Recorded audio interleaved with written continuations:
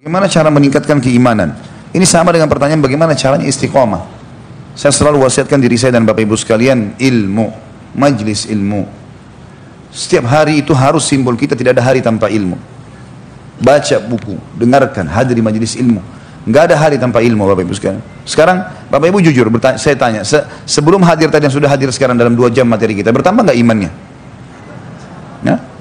Merasa bertambah nggak lebih dekat sama Allah, merasa lebih terjaga, lebih hati-hati, takut dengan dosa, ada rasanya? Nah itu dengan 2 jam. Bagaimana kalau kita dari sini bubar di mobil sebentar dengar lagi ceramah, tiba di rumah, ibu-ibu lagi masak ganti baju, buta lagi ceramah, bapak-bapak begitu juga, dengarin ceramah. Kalau syaitan goda, tadi kan sudah pengajian, sekarang hiburan, dengar dangdut, enggak, saya nggak mau. A'udzubillahi minasyaitonirrajim. Sudah alam dangdut, pop, rock, ini sudah habis ceritanya, masa dulu. Masa jahiliyah habis, selesai urusan. Sekarang saya ke depan, hidup saya dengan Allah dan Rasulnya. Dengar Al-Quran, dengar ceramah, lawan itu, harus melawan. Nanti kita akan bahas dalam bab mujahadah, pertemuan akan datang. Harus dipaksa ibadah, nggak bisa. Kalau Bapak Ibu tadi nggak paksain diri ke sini, maka itu tidak akan pernah belajar nantinya. Sama juga kadang-kadang kalau duduk begini teman-teman, ada waswas syaitan ya. Jadi syaitan kadang-kadang kalau kita sudah terlanjur buat ibadah, kayak kita sudah terlanjur sholat, maka dia akan buat kita berkurang pahala, menghayal sana sini misalnya. Kalau kayak di majelis ilmu, oh bahasanya itu, sudahlah, saya sudah tahu, keluar. Syaitan buat begitu, atau diingatkan hajat yang lain. Padahal sebenarnya manfaat majelis ilmu besar sekali. Walaupun materi yang sudah pernah didengar mungkin bisa terulang, mungkin ada kisah, ada orang subhanallah, ada sebuah ayat mungkin yang ke-10 kali dia dengar baru dia berbekas. Mungkin ada kisah yang kita dengarkan, nanti kisah yang ke-10 kali kita dengar baru berbekas. Mengulang-ulangi majelis ilmu manfaatnya besar. Dalam sebuah hadis dikatakan tidak ada orang yang berkumpul di rumah Allah membahas kitabullah, ayat-ayat Al-Quran. Dan tadi kita banyak baca ayat Al-Quran, kecuali akan turun malaikat membawa rahmat dari langit. Dalam riwayat lain dikatakan Allah subhanahu wa ta'ala mengutus malaikat yang membentangkan sayapnya melindungi para penuntut ilmu, gitu kan. Ada riwayat yang dihasankan para ulama yang berbunyi, dan ini baru disampaikan, saya baru dengar dari salah satu guru kami pada saat ada daurah kemarin, Syekh Sulaiman Rahimi hafizahullah. Beliau mengatakan ada riwayat yang saya juga baru dengar pada saat itu. Beliau mengatakan hadis ini dihasankan oleh para ulama. Tidak ada seseorang yang keluar dari rumahnya menuntut ilmu kecuali akan diberikan lengkap pahala haji. Ikhlaskan karena Allah SWT, sabar sedikit, 1 jam 2 jam, karena syaitan kadang-kadang was-was kita untuk berdiri. Sudahlah, gampang urusan ini, itu urusan nanti. Kalau sudah dalam ibadah, jangan ganti dengan yang lain, kecuali ibadah yang lebih baik. Tapi kalau enggak usah, urusan dunia enggak usah, kecil semuanya urusan dunia. Siapa yang dahulukan Allah, Allah akan memenuhi semua kebutuhannya. Majelis ilmu yang pertama. Yang kedua, amalkan ilmunya. Sudah berapa kali Bapak Ibu sekarang dengar tentang sholat malam, tentang sedekah? Sudah diamalin belum? Masalahnya ini, kita kadang-kadang banyak ilmunya. Oh iya saya sudah tahu, oh iya saya pernah dengar, oh iya saya juga pernah hadir. Tapi sudah diamalin belum? Ini yang amalnya ini penting. Menghubungkan antara ilmu sama amal ini penting. Praktekin. Dan orang yang praktekin ilmu yang dia punya teman-teman sekalian itu berbekas pada orang lain. Berbekas sekali sama orang, karena dia praktekin. Dia orang yang praktisi. Maka apa yang dia sampaikan berbekas pada orang lain. Kalau dia tidak praktekin, mustahil. Orang cuma mengatakan, oh ya bagus ya, selesai. Apa bekasnya pada orang lain? Tidak ada.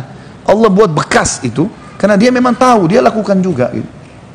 Dia amalkan, maka itu penting. Sebelum sedekah, Imam Malik rahimahullah pernah ditanya tentang masalah fadilah membebasin budak. 2 minggu nggak dijawab sama dia. 2 minggu nggak dijawab. Setelah itu, 2 minggu lalu dia bilang, siapa yang bertanya 2 minggu yang lalu? 2 minggu atau 2 bulan, saya lupa, antara 2 waktu ini. Dia bilang, siapa yang bertanya tentang budak berapa waktu lalu? Maka ada yang di belakang ke tangan muridnya, saya. Kata dia, fadilahnya begini, disebutkan hadisnya banyak. Murid ditanya, kenapa anda baru jawab sekarang?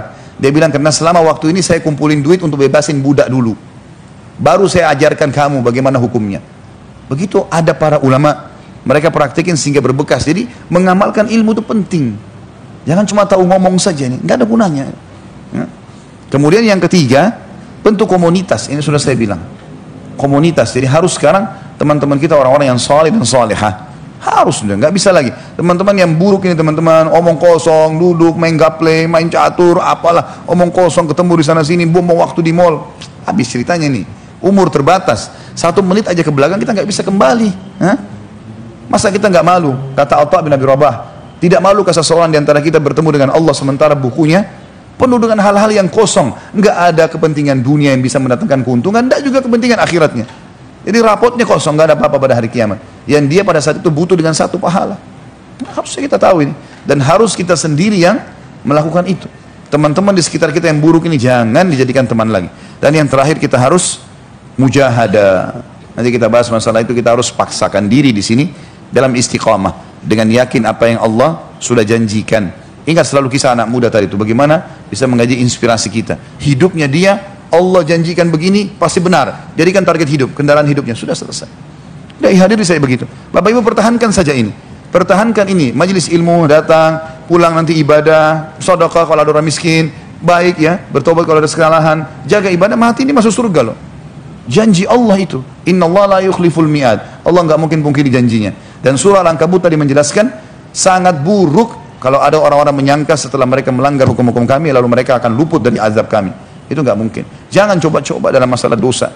Orang kalau mau buat dosa dimulai dengan ketakutan-ketakutan, kekhawatiran, ancamannya berat, Allah benci, Allah buat juga manusia benci. Tapi kalau ke ibadah, keikhlasan, Allah suka, Allah janjikan pahala besar, Allah buat manusia suka. Maka selalu saja jadi orang baik. Dan dari menjadi orang baik ini nggak boleh setengah-setengah ini. Harus 100%. Ingat, berhubungan dengan Allah berikan yang terbaik, berhubungan dengan manusia juga jangan balas keburukan mereka dengan keburukan. Jangan kebodohan balas dengan kebodohan. Jangan ghibah dengan ghibah, jangan fitnah dengan fitnah, jangan selingkuh dengan selingkuh. Karena Allah SWT akan menghukum dan menghisab kita masing-masing.